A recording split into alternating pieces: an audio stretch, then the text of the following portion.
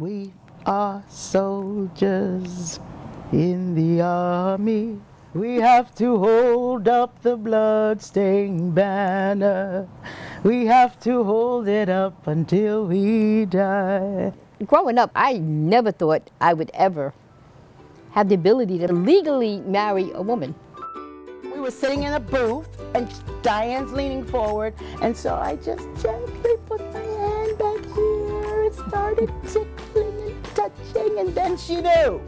She finally got it. Then I started turning purple, and yes, you did. It's kind of what you would call love at first sight. Immediately, I felt an instant connection, and I wanted to get to know him. Time stopped, and we just could not stop staring at each other. The minute Cindy walked into the bar, I fell in love. And it sounds cheesy, but it's true.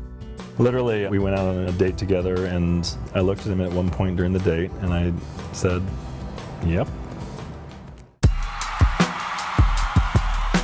it was announced by the Supreme Court that Friday, and the Pride Parade was, I believe, Sunday. So that whole parade was just, it was just amazing. We live in the West Village, steps from Stonewall, and we just saw hordes of people in the street that night, and we knew instantly what had happened, and it was amazing. It was just such a momentous occasion in our personal lives and also for America and the world. I remember just feeling like, yes, you know, there's a level of contentment and certainty about my future. Regardless of legal status, Becca and I were just as much in love. It was amazing that we would be able to now have the same rights as everybody else, which never felt like we shouldn't, you know.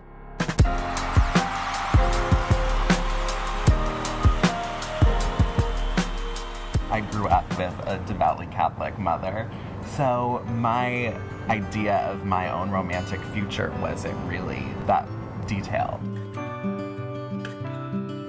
I didn't really envision the whole white picket fence, marriage, and children because I couldn't picture it. But as soon as I met Brian, I knew that I wanted all of those things.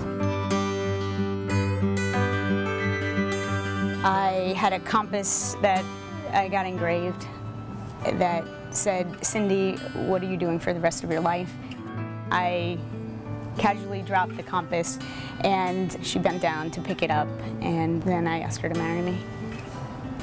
And it was amazing.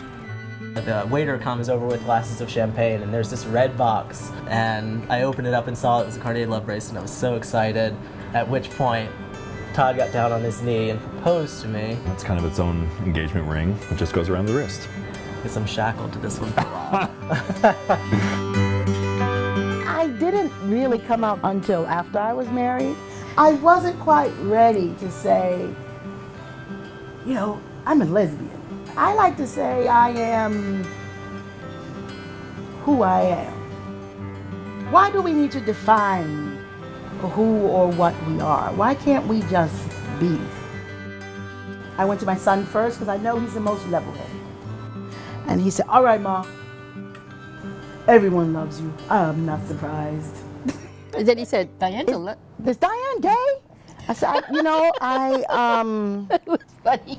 My daughter was another story. She didn't know what to do, what to think, how to behave.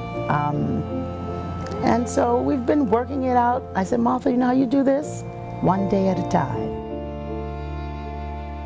Throughout my identity walk, I had many struggles to accept myself and my orientation, and a lot of that was attributed to my concerns for disappointing my higher power, and so it was a priority for us to get married in a church. I did not come out to my family. I was actually outed. It was difficult, but at the same time it was beautiful. I almost felt this side relieved. For the next couple of months, I didn't talk to my family. They didn't talk to me. They never reached out. I wanted my mom to be a part of it in some way. She escorted me down the aisle, and she also said a prayer. Having her a part of my personal life for once in my life was pretty special for me.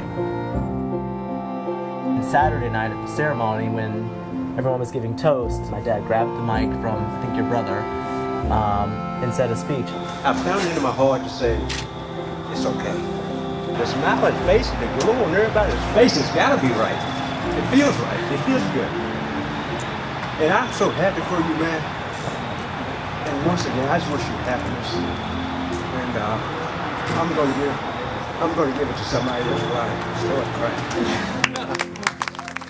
Having those words spoken at our wedding, I think kind of solidified that, all right, he's on board with being a part of our lives as we grow together. And I think it felt good. It felt really good. You come together, you communicate, and you overcome. Love marches on. I think that, in this time, it's love is love. Love marches on is growing in our relationship, talking about kids, talking about a family. Love marches on means living your true self.